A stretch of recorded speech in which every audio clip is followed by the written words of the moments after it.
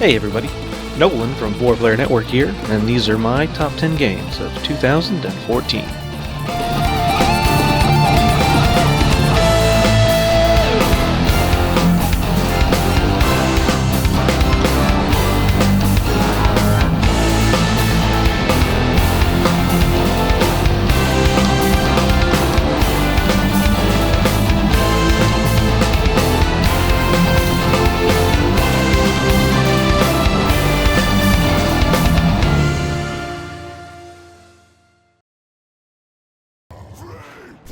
Listen up, bros and bras, because I'm about to lay down the bro.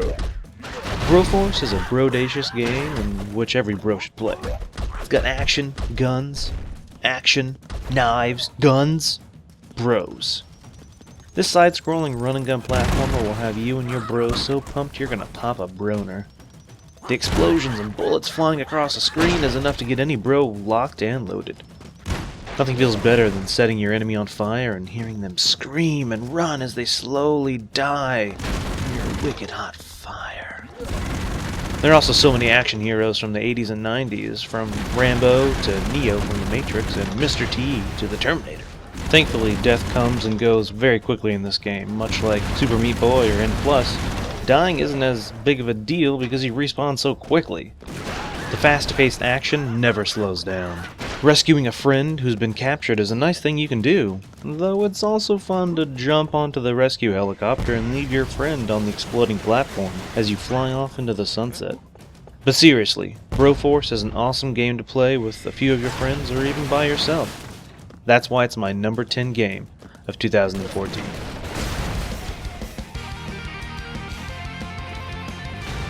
Number 9 on my list is Far Cry 4. Running over a guy while riding an elephant, shooting a grenade launcher from a gyrocopter, taking out a dozen enemies with a bow undetected. Yeah, Far Cry 4 is pretty awesome. Some people are gonna say that Far Cry 4 is just Far Cry 3.5, and I do understand where they're coming from in that the jump from 2 to 3 was much greater than from 3 to 4. But 4 is so good! Obviously I'm biased because I do love running around and collecting little things to complete quests. Similar to 3, all of your weapon holsters, ammo clips, armor, and whatnot are upgraded by killing animals and collecting their skins for the upgrade. But I love the addition of the fact that the way you kill an animal affects it. Killing them with a gun yields 1 skin, with a knife or bow yields 2 skins, and blowing them up yields useless skins. The feat of trying to take down a charging rhinoceros with a bow is daunting, but it's doable. I did it a couple times, and it can be pretty fun.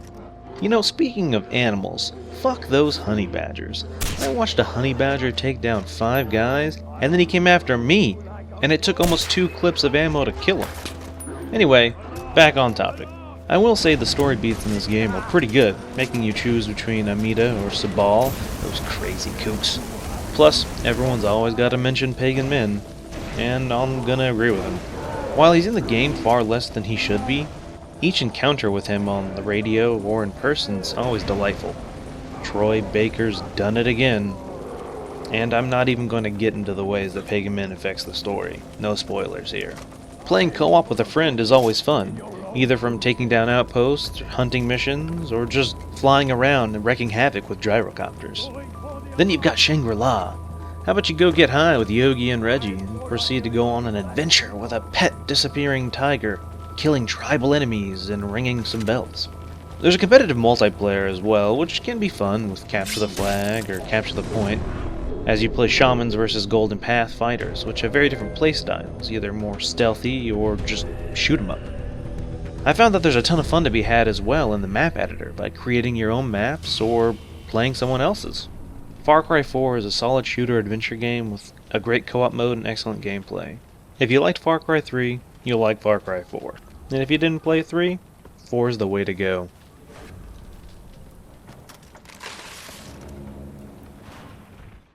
One of the driving forces behind the Dragon Age series is its story. Not just the story behind the campaign, but the story of the characters and their interactions with the player character and the world around them. Well, Dragon Age Inquisition falls a little short compared to the previous 2 games, but that didn't stop me from wanting to explore this spectacular world. I can't help myself when the quest log fills up and there's a giant map covered with points of interest for me to discover. I've played this game for 70-something hours, and I've yet to finish the main story because I know with the way I've been playing, that'll be at least another 30 to 40 hours. It's unfortunate that there are a lot of cookie-cutter fetch quests that you obtain from reading random notes around the world, but I guess they felt the need to fill those giant areas with something. The combat is something that really has me conflicted with this game. I loved the detailed tactics menu from the first game, with the ability to tell my characters exactly when to do what. But what we're given in Inquisition falls kinda flat and is next to useless. I think because of this they designed the tactical camera mode, where the combat pauses and the game switches to its isometric view and you can issue commands to everyone. But it was really slow and clunky, and because of that I never used it. I feel like the way they designed the game lends itself to a more action style of gameplay. Loot, even though I love it, was a little frustrating in this game, from the constant pinging to find it, to the fact that you have very limited inventory space. Speaking of limited, why the hell did they take out healing spells in this game and replace them with just a few potions? Ugh. Some of the better mechanics that this game does right is the crafting and skill trees. I spent a lot of hours crafting new weapons and armor from schematics I had found, and every time I found a new crafting material I was like, oh, what can I improve this with? Any game with a skill tree should give you the ability to respec your characters, and thankfully Inquisition does it at a low cost. Not knowing how skills truly will work in combat makes testing them out a must, and thanks to the ability to respec, you can do that. Skyhold is the place that changes this game. The story and character development they put into your party members really shows up as you get to know them more through their companion quest and just through casual conversation. Once again, BioWare nailed the random conversations there are to be had while you explore the world with your party. It really made me want to switch out who I traveled with, so I could hear all of their different interactions with each other.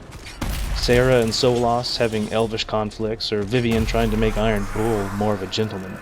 I hear the ending of this game isn't the best, and I can't pass judgment on it since I haven't finished it, but even though this game is riddled with development bugs and could have used a few more months in the oven, I know I seem to be bitching quite a bit about a game that made it into my top 10, but with all its faults, it's still a great game. I think the vast and various environments to explore and the interesting interactions with your companions, not to mention the dragon battles, makes Dragon Age Inquisition deserve the number 8 spot on my top 10 list. They don't care who they kill anymore.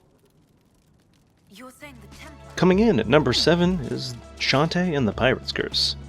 The Shantae series is new to me, with the Pirate's Curse being the first game I've played, but I'm sure glad I found out about it.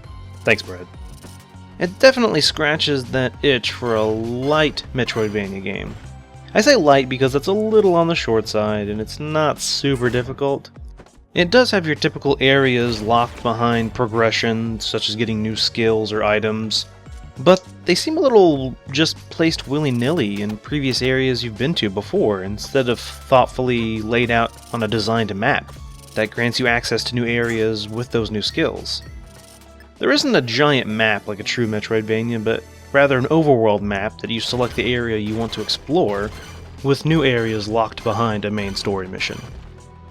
And the only reason to backtrack to previous areas you've explored is to get health boosts, a couple of collectibles, and maybe one plot scenario. It does have great items though, like a hat that lets you float across the screen, you get a gun that lets you attack enemies from farther away, the ability to run super speed like you could in Shadow Complex, and you can purchase upgrades for your main attacks like faster hair whipping and doing more damage. It might be on the light side of a Metroidvania, but it makes up for it with plenty of meta-based humor. The game is very self-aware of what it is, pointing out overused game tropes. It comments on reoccurring bosses from previous games showing up in the new one as a mini-boss. Shantae's interactions with the other cast of characters usually gets a little chuckle out of me, and I'll say that the outfits aren't half bad either, if you know what I mean. It wasn't until I finished The Pirate's Curse and I went back and played a little bit of the 2 previous Shantae games that I realized how much the series reuses assets from the old games. As far as to go, like characters, enemy types, even a lot of the enemy movesets are exactly the same. It's kind of unfortunate and makes me fear for the new Shantae game, but I think this game definitely has improved a lot on the previous game's mechanics especially. It's nice that the game doesn't hold your hand as well. like most modern games with a line telling you where to go. It just says, hey, here's this item, and you need to do something. Figure it out. Shantae and the Pirate's Curse isn't all that long either. I beat it in a little over 8 hours, which I guess isn't bad for a 3DS game, but that's with me 100%ing the game. All that being said, I will say that Shantae and the Pirate's Curse is one of the best 3DS games of 2014.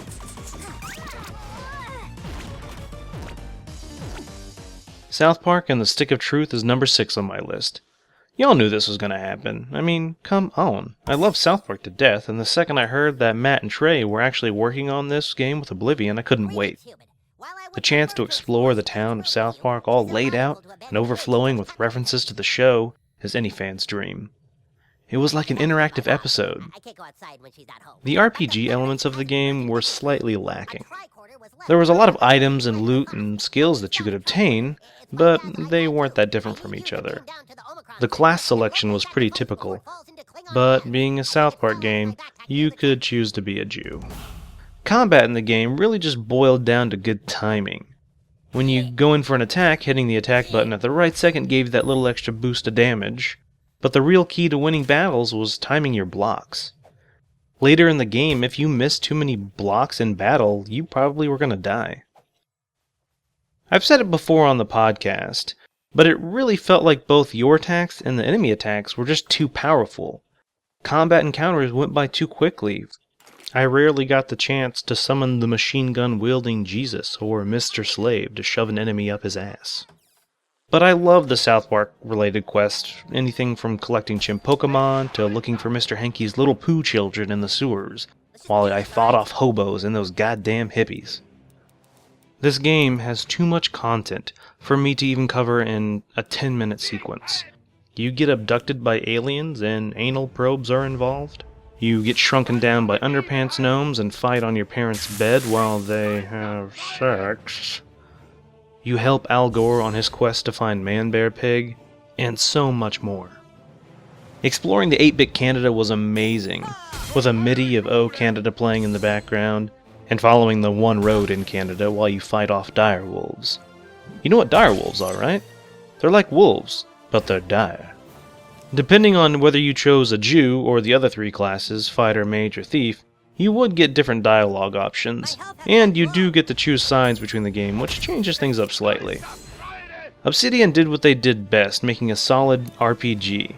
I just can't help but feel the game was too short and a little fast-paced for its own good. I really hope that some sort of sequel comes from this game, so I can play more with the guys from South Park. If you are a fan of the series, this game is a must-play for you. And if you're not a fan of the series, well, you should play it anyway. And you should watch more South Park.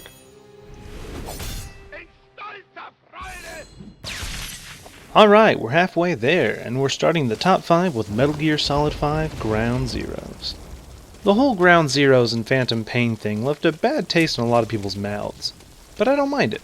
The final game isn't ready yet, and everyone wants to play it, so why not give them a taste? You get to see the new Fox engine in all its glory. The great lighting, the way the rain interacts with objects in the world, the sky. Well, Nolan, I can finish Ground Zeroes in 8 minutes. Who the fuck cares? This game isn't about speedrunning, it's about exploration and deception, and laughing at the stupid guards as you pick them off one by one. Even though you can sneak past them, you choose to kill them, slowly, and then meticulously write letters to their families written in their own blood, letting them know that Daddy's not coming home for Christmas this year. Love, Big Boss. Also, it's fun to explore the world and find all the little secrets Kojima has hidden in the game. You know there's always references to pop culture or other games. Plus, if you're just playing the main story and stopping, you're doing it all wrong. There are 4 side-op missions you unlock after finishing the main mission. These all take place on the same complex, but there's so much more for you to do. And there's even an extra op if you find all 9 of the XOF patches. You can play stealth, or you can run and gun, and have a completely different experience each time. Learning guard patterns, or drawing out your target with explosions and gunfire, it's up to you. I think this is a great preview, a limited one at that, of what we can expect from the Phantom Pain, and I couldn't be more excited. Metal Gear Solid 5 Ground Zeroes is a great entry in the Metal Gear series, even if it is a bite-sized one. Telltale knew they hit something special with The Walking Dead Season 1, so why wouldn't they continue with Season 2? In fact, the writing and the style of Season 1 seemed to be their niche, and they've taken off with it, with people loving the first episodes of Tales from the Borderlands and their Game of Thrones game.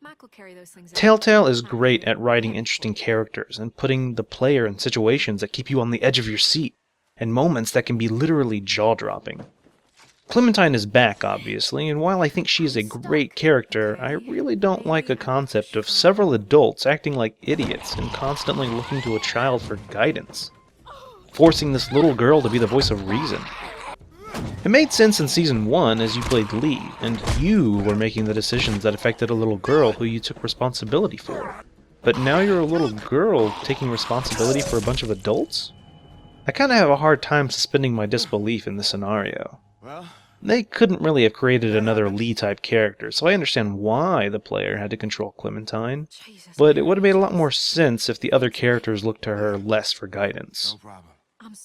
I will say that all of the characters in this game are fantastic. Great voice acting. It's well done. I've said it before, and I'll say it again, they created a great system when it comes to dialogue options, giving you a short moment to answer or stay silent, ramping up the drama of any situation. One of the mechanics I'm not too fond of is when it tells you the choices you've made at the end of an episode compared to others. It's like, oh, okay, I chose the same thing as 70% of the other people who played this game. But that seems to make some people of lower intelligence think that there are right and wrong decisions in this game. Saying I picked a wrong choice is like if I were reading Harry Potter, and spoiler alert, Snape kills Dumbledore. And I'm like, no, J.K. Rowling. That was the wrong decision. Dumbledore was supposed to live. That doesn't make any sense. The great thing about what Telltale has done is I'm the author of this story. They're my decisions, and so by default every decision I make is right. Speaking of decisions, this game is pretty good at making it seem like the choices you make matter. You often don't decide if someone dies so much as you decide when someone dies. It's Walking Dead. 90% of the people are probably gonna die. All of that said, I still think I like the final decision you had to make in Season 1 over Season 2. I don't know if it's because I liked the characters more, or I was more attached, but it was a lot harder for me to make that final decision the first time around. If you haven't played The Walking Dead, you're missing out. This is an amazing game, both Season 1 and 2, and no one should pass it up, which is why it's number 4 on my list. Where is it? Dark Souls 2. Man, there's no game like a Souls game. It can make you feel fear, excitement, anger, hate, surprise, regret, appreciation, pride, and that's all within like an hour of gameplay. Playing a Souls game constantly has me on the edge, because I never know what's going to happen next, or should I say what's going to kill me next, and I love every minute of it. Dark Souls is a game that can punish you over and over again, and you keep going back because it's that good. One of the things that makes Dark Souls a great series is you enter a new area, and you stay there for a while and you become comfortable and familiar with the enemies and you let your guard down. And then BAM! They hit you with it! Something new and you're dead. As soon as you enter a new area, it's like starting the game over again. The fear arises, not knowing what's around the corner, approaching each new enemy cautiously with your shield up. You have to be always on guard or you're gonna die. I didn't really do a whole lot of PvP in the game, besides joining the Bellkeepers and being pulled into someone's game whenever they entered Belfray Luna, and trying to stop other players from ascending the bell tower. But I did some co-op, and I really enjoyed either inviting someone into my world or going into theirs, giving them a nice wave before we take on a difficult boss together. Online interactivity was greatly expanded in this game, from all the different groups you can join, making your game easier, helping someone else, making your game harder. From Software created a bunch of fascinating and difficult bosses in this game. They do such a great job of developing mechanics that work so well, and if you can master your weapons and abilities, you feel like you can take on anything, and anyone. But if you go in there swinging wildly, you're gonna die quickly. The lack of direct storytelling is made up for by little bits of history and knowledge spread throughout the world, and item descriptions, and from the brief conversations you have with NPCs. I will say I think I like the world of the first Dark Souls game a little better, since the entire area felt interconnected, and fast travel wasn't something they gave you right away, like they did in Dark Souls 2. You had to learn the world more. Since I had fast travel from the beginning, I didn't really learn areas as well as I did in the first game. There are areas I only saw once because there was no reason to go back to them. Once again, we've been given another great Souls game, easily making it my number 3 game of 2014. The Binding of Isaac Rebirth has entranced me. I've been consumed to the point where I feel like I'm now living inside Isaac's basement. I only played the original for about 8 hours, just enough to know I really enjoyed it. But Rebirth is a whole nother story. The sheer amount of content that has been added to this game, things that have been improved on, make it its own unique game that is worth playing. There are so many new trinkets, items, bosses, and even playable characters. This game has an insane replayability level. You can play hundreds of times and it be different every time. I often find myself picking up this game out of the blue when I have nothing else to do, or if I can't decide on what game I want to play, I'll just play The Binding of Isaac. Say maybe I'm waiting for people to join me to play some Last of Us factions. I'll hop on The Binding of Isaac for a little bit, just to get my fix. PlayStation doesn't track how many hours you've played a game, but since its November 4th release date, I've probably played this game for somewhere around 2 to 3 million hours. But looking at the options menu, I see so many items and secrets I haven't even discovered yet. There's also 20 challenges that you can complete to unlock more items. Each challenge starts you off with a different set of stats, like bombs instead of tears when you attack, or no tears and you can only attack with flies that gravitate around your body. I know I've only scratched the surface of what this game has to offer, and I will continue to play it for several hours more to come. You should definitely play The Binding of Isaac Rebirth because it's my number 2 game of 2014. Alright, listen up everybody, because this is my number 1 game of 2014. Crypt of the Necrodancer technically came out as early access in 2014, but the fact that I played 141 hours of it, which is more than several of the games on my top 10 list combined, has got to say something. I love everything there is about this game. It's a roguelike, it has amazing music, awesome gameplay, and so much replayability. It's all there.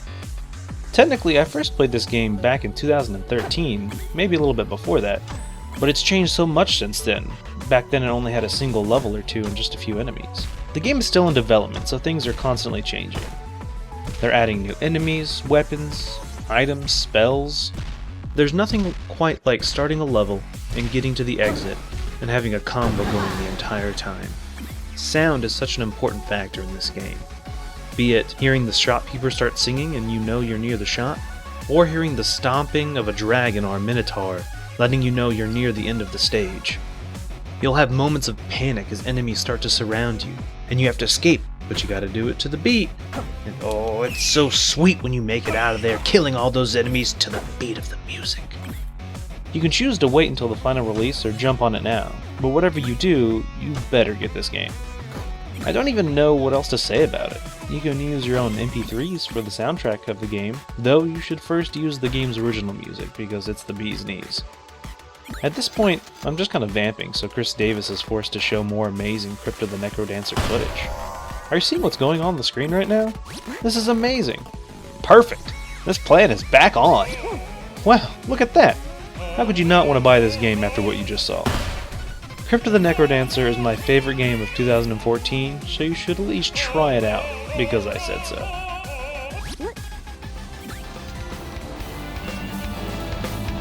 Well, there it is, guys. Those were my personal top 10 games of 2014. What'd you think about my list? What's on your list? I'm sure some of you are wondering why there isn't any Last of Us Remastered. I did play several days worth of factions this year, but the game technically didn't count. I guess I'm supposed to say something about how 2014 was great, but 2015 is going to be better or whatever, but I think I'd rather just go play more games. Nolan out.